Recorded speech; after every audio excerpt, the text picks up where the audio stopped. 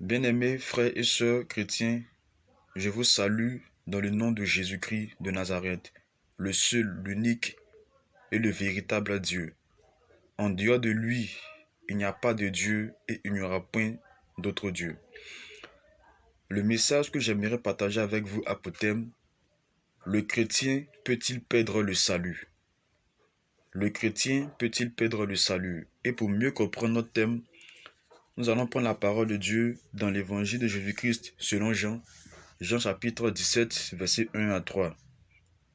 Jean chapitre 17, versets 1 à 3, et nous lisons ensemble la parole de Jésus-Christ. Après avoir ainsi parlé, Jésus leva les yeux au ciel et dit: Père, l'heure est venue.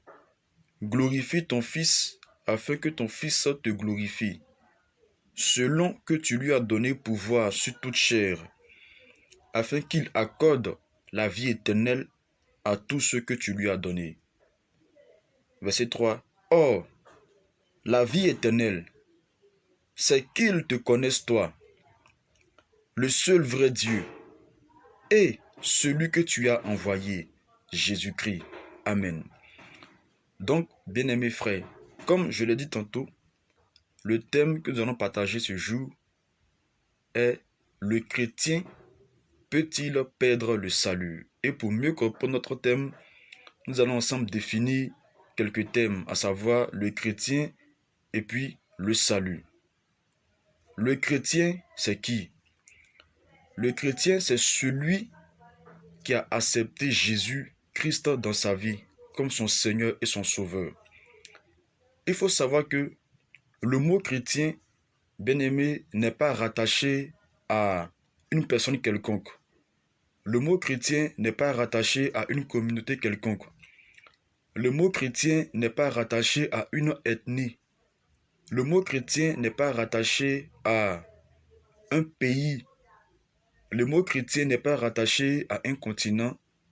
Mais le mot chrétien est rattaché à une seule personne.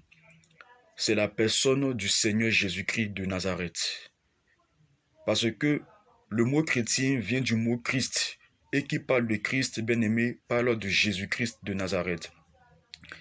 Et le nom chrétien a son origine dans la parole de Dieu, dans la Bible.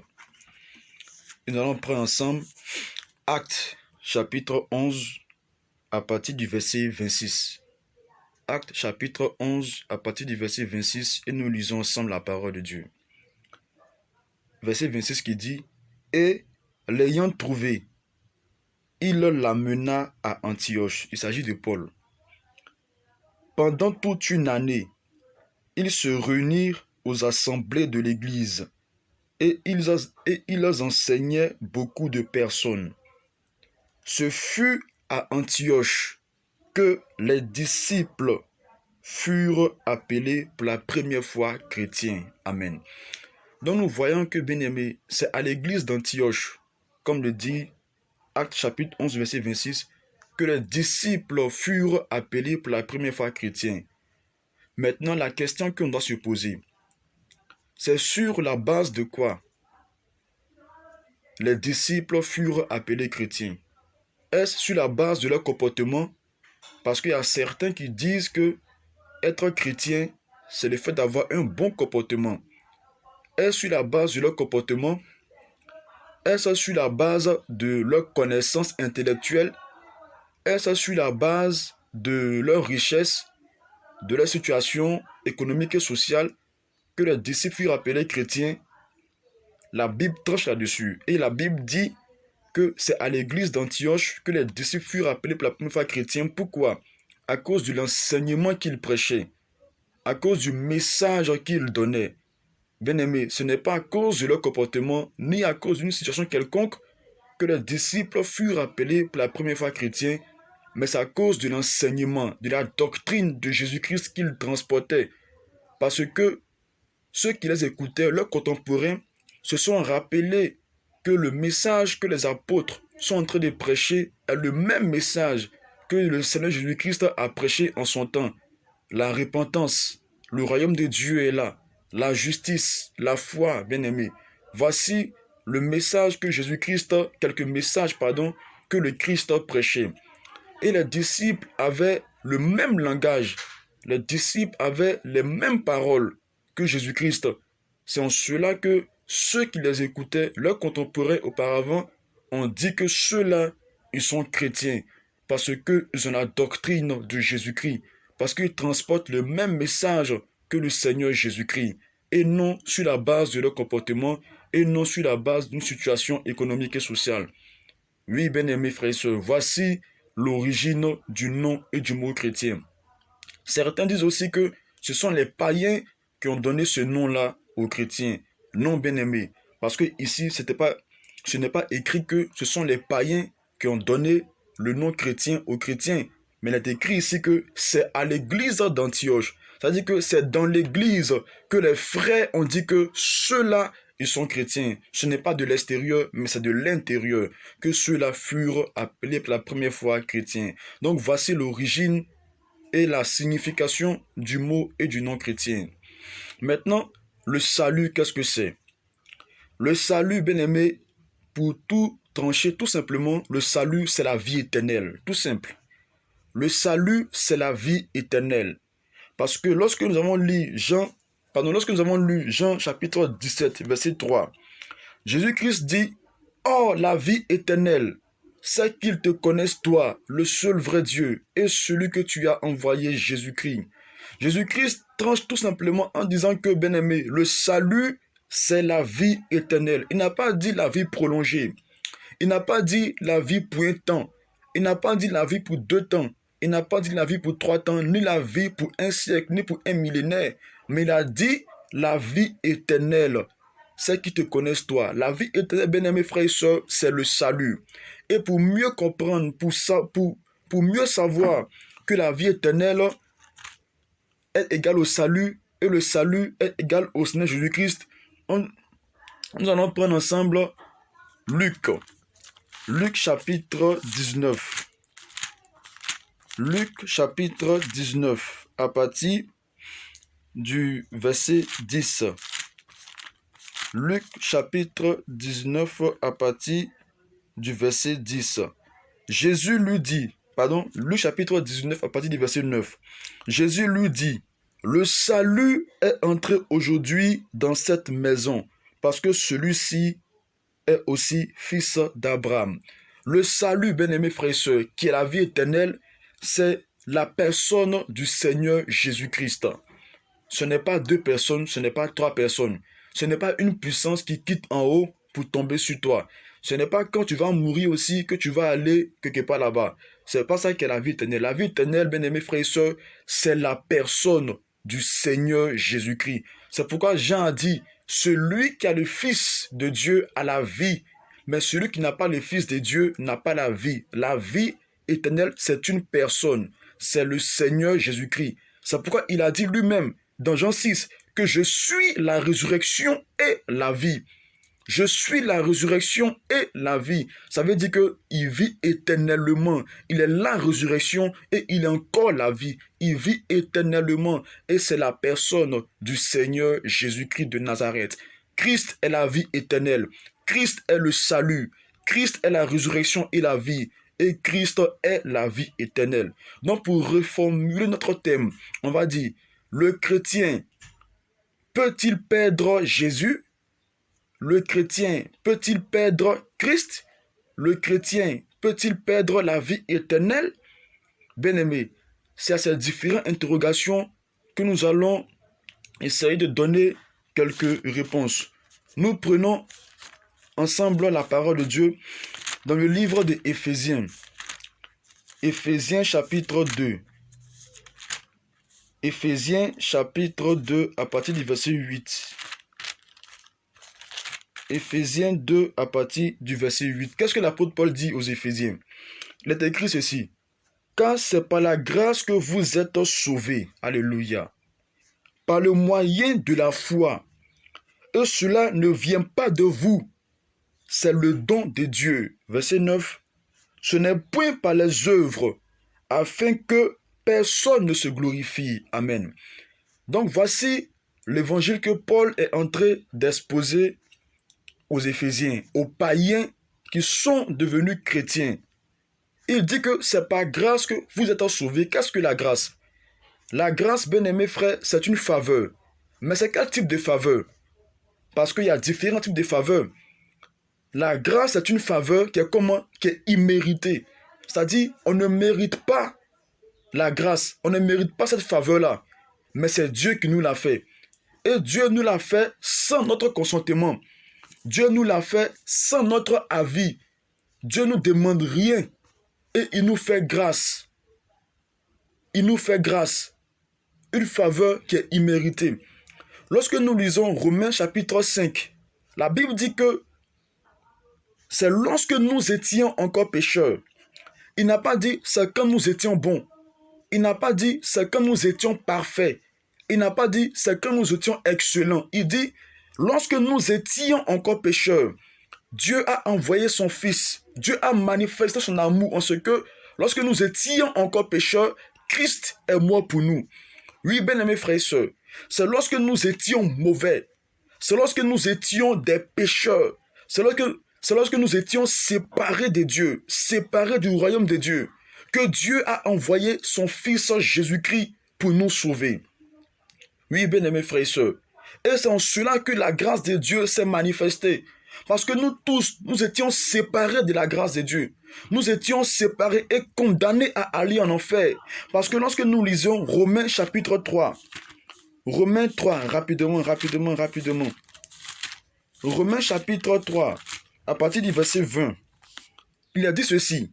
Car nul ne sera justifié devant lui, devant Dieu, par les œuvres de la loi, puisque c'est par la loi que vient la connaissance du péché. Oui, bien-aimés frères et sœurs, lorsque la Bible parle ici des œuvres de la loi, qu'est-ce que les œuvres de la loi? La loi dit que tu ne tueras point, tu ne commettras point d'adultère, tu ne voleras point, et j'en passe. Plusieurs choses.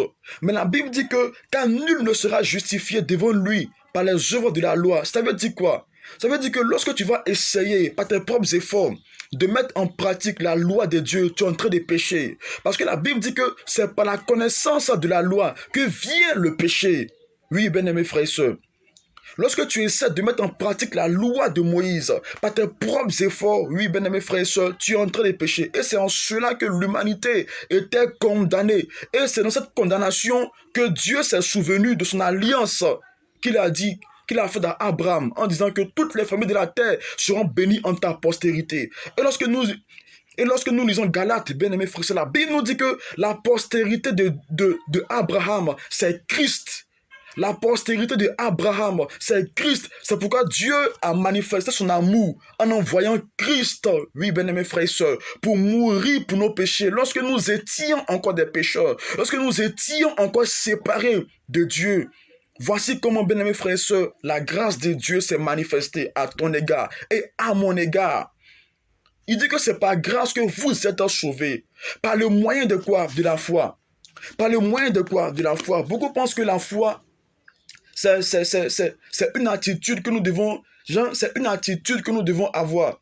Beaucoup pensent que la foi, elle est propre à l'homme. Bien-aimés frères et sœurs, la foi n'est pas propre à l'homme. La foi est un don que Dieu nous fait, que Dieu nous donne. La foi est un don. Il dit que vous avez été sauvés par grâce. Oui, par grâce, par la faveur imméritée. Par quel moyen? Par les moyens de la foi. Qu'est-ce que la foi? La foi, la Bible nous dit dans le livre de Romains, chapitre 10, le verset 17, que la foi vient de ce qu'on entend. Et ce qu'on entend vient de quoi? Vient de la parole de Christ. Christ c'est qui? Christ c'est Dieu. La foi vient de ce qu'on entend. Et ce qu'on entend vient de la parole de Christ. Ça veut dire que c'est la parole de Christ qui crée en nous la foi.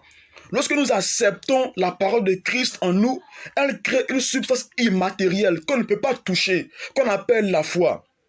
Oui, bien-aimés frères et sœurs, c'est ça le don de Dieu. C'est ça la grâce de Dieu. C'est-à-dire que lorsque tu acceptes la parole de Christ dans ton cœur, Dieu crée en toi cette substance immatérielle qu'on ne peut pas toucher, qu'on appelle la foi. Et c'est elle qui nous donne d'être agréable devant Dieu. Et celui qui possède la foi, bien-aimés frères et sœurs, possède Christ. Parce que Christ est la foi. Christ est la parole faite chair. Celui qui possède la foi à Jésus-Christ de Nazareth. Et celui qui a Christ, est-ce qu'il peut perdre encore Jésus-Christ qu'il a accepté? Est-ce qu'il peut perdre encore Christ qu'il a reçu dans son cœur? Voici la question qu'on doit se poser. La Bible dit que ceux qu'il a connus d'avance, qui a connu d'avance? Qui a connu d'avance? La Bible dit que ceux qu'il a connus d'avance. Oui, bien-aimés frères et sœurs, Dieu a dit à Jérémie, avant que tu ne sois dans le sein de ta mère, je te connaissais.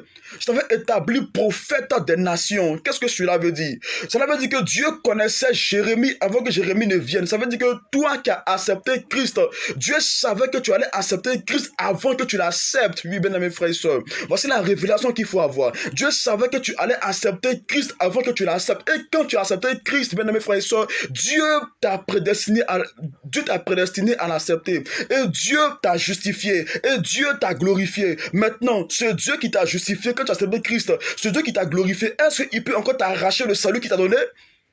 Peut-il t'arracher le salut qu'il t'a accordé? Peut-il t'arracher le salut qu'il t'a donné? Lorsque nous lisons Paul, qu'est-ce que Paul dit dans Éphésiens? Paul dit, nous avons été sauvés par grâce, pas par le mérite. On ne le méritait pas par les efforts. On ne le méritait pas. C'est pas nous qui avons payé Dieu pour mourir pour nous. Mais c'est Dieu qui a donné. Jean 3,16 nous dit, car Dieu a tant aimé le monde qu'il a donné son Fils unique, afin que quiconque croit ne périsse point, mais qu'il ait la vie éternelle. Voici la grâce de Dieu qui s'est manifestée à ton égard, à mon égard, pour que je sois appelé enfant de Dieu et chrétien. Oui, bien-aimés frères et sœurs, Paul dit que ce n'est point par les œuvres, ce n'est point par les œuvres de la loi, ce n'est pas en se basant sur nous-mêmes, notre propre conviction, en se basant sur nous-mêmes, nos propres efforts, on va dire qu'on a obtenu le salut. Non, le salut ne s'obtient pas par les efforts, mais le salut s'obtient par grâce, par les moyens de la foi au Fils de Dieu. Tu crois que Christ est le Fils de Dieu, tu as la vie éternelle pour toujours. Et jamais cette vie-là, bien-aimés frères et sœurs, ne tarit. Jamais elle ne tarit. Cette vie éternelle-là, bien-aimés frères et sœurs, ne tarit jamais. Elle ne tarit pas, elle ne finit jamais. C'est une vie éternelle pour l'éternité. Tu es avec Christ. Parce que l'éternité, bien-aimés frères et sœurs, ne commence pas quand tu viens sur la terre des hommes, mais l'éternité commence depuis l'éternité. L'éternité commence depuis l'éternité. Il dit ce qu'il a connu d'avance. Tu es qui? Et puis tu as connu d'avance. Qui as-tu pour qu'il te connaisse d'avance? Oui, bien-aimés frères et sœurs, tu as accepté Christ. Oui, si tu l'as accepté, alors Dieu t'a connu d'avance. Dieu t'a justifié d'avance. Et Dieu a permis que tu sois semblable à son Fils d'avance, avant que tu ne viennes sur terre. Voici la révélation qu'il faut avoir. Et ayant cette révélation, bien-aimés frères, est-ce que le chrétien peut perdre le salut? Est-ce que le chrétien peut perdre le salut qu'il a eu, pas par ses efforts, mais depuis l'éternité? Depuis l'éternité, le chrétien a eu le salut. Celui qui a accepté Christ aujourd'hui là, bien-aimés frères et sœurs, c'est depuis l'éternité qu'il a accepté. C'est depuis l'éternité que Dieu l'a prédestiné à l'accepter. Et ayant été prédestiné à accepter Christ, qui est le salut, est-ce que ta venue sur la terre va déterminer ta prédestinée? Non, bien-aimés frères et sœurs, ton salut sur terre ton salut sur terre, bien-aimés frères et sœurs, ne déterminera pas ta prédestinée. Parce que tu étais prédestiné à accepter Jésus-Christ. Et Dieu, autant marqué, a envoyé son Fils Jésus-Christ pour mourir pour toi. Pour que, bien frères et sœurs, tu rentres dans ta destinée qui est d'accepter Jésus-Christ de Nazareth. Le chrétien ne perd pas le salut. Beaucoup d'enseignements nous sont prêchés en disant que le chrétien perd le salut. Que le chrétien, oui, s'il fait ça, il va en enfer. Bien mes frères, c'est archi faux. Christ est le salut. Jésus-Christ est la vie éternelle. Jésus-Christ est celui qui donne la vie pour l'éternité et la vie pour toujours. C'est ce que j'aimerais m'arrêter. Que le Seigneur vous bénisse, qu'il étende sa main de grâce sur votre vie et qu'il vous accorde sa grâce tous les jours de votre vie. Soyez richement bénis au nom de Jésus-Christ. Amen.